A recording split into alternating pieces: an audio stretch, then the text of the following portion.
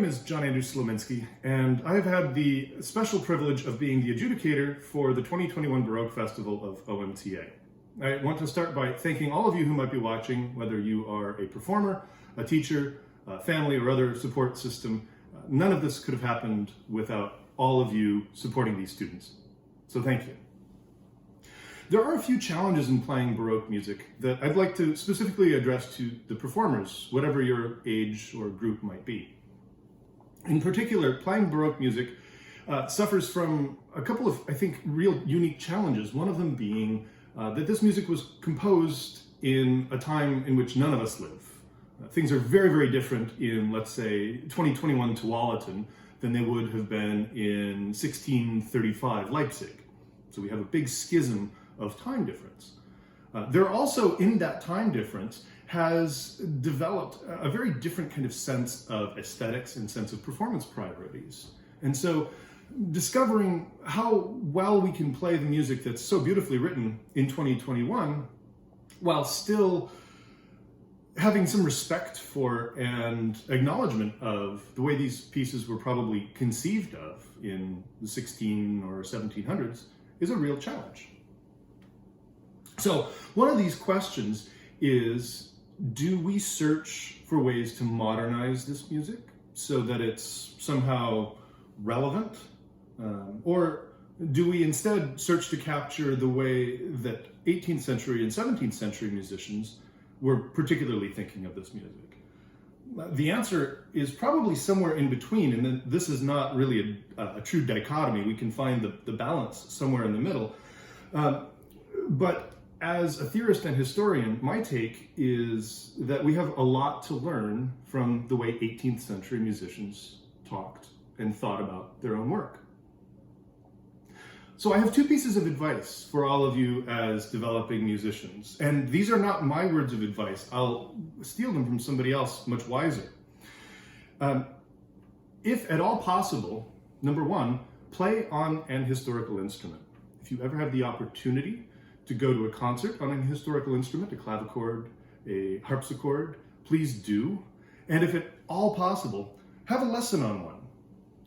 You'll hear a lot of differences in comparison to the modern piano, and not only things that the harpsichord, for instance, cannot do, but the modern piano can, but also things that the harpsichord will do naturally, but the piano doesn't. For instance, silence.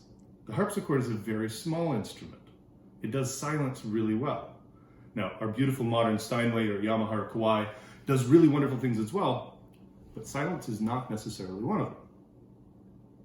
Now, where does this idea of silence come from?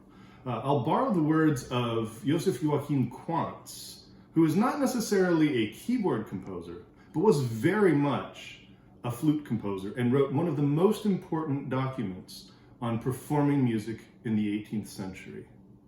He's a contemporary of the Bach family and many others, and here's what he has to say. Musical execution may be compared with the delivery of an orator. The orator and the musician have, at bottom, the same aim in regard to both the preparation and the final execution of their productions, namely, to make themselves masters of the hearts of their listeners, to arouse or still their passions, and to transport them now to this sentiment, now to that. These are a lot of words from Quantz, and they're specifically directed to people who play the flute. His treatise is called On Playing the Flute. But I think there are a couple of things that are really important to distill from this. Number one is that in the minds of Quantz and many of his contemporaries, performing music is like performing speech. So just as we have in speech many breaks and pauses, and we very rarely speak in a run-on sentence that never stops, and we have pauses, we have breaks, we have clarity. Quantz is really concerned with this, and so are his contemporaries. The second thing is that our sole job in his mind is not to be perfect repetitors or to play all the right notes. It's to arouse the passions. It's to move the hearts of the listeners. This is an interesting perspective. Similarly to thinking about silence, one more quote from Quantz. He says the following thing about breath. If a piece begins with a note on the upbeat, breath must be taken before the repetition of the principal subject, or the beginning of the new idea, so that the end of the preceding idea and the beginning of the one that follows are separated from one another. Once again, Quantz gives us a very verbose 18th century musician's explanation of a really simple idea. Number one, we have ideas that end and new ideas that begin. We need to make very clear where those distinctions are, just like we do in speech. Similarly, he's speaking specifically to flute players who have to breathe in order to make music. But for those of us who make music with non-breath instruments, like the piano, we can take some of this to heart as well in terms of how we interpret phrasing and structure. I want to especially thank the performers for doing such wonderful preparation and performances.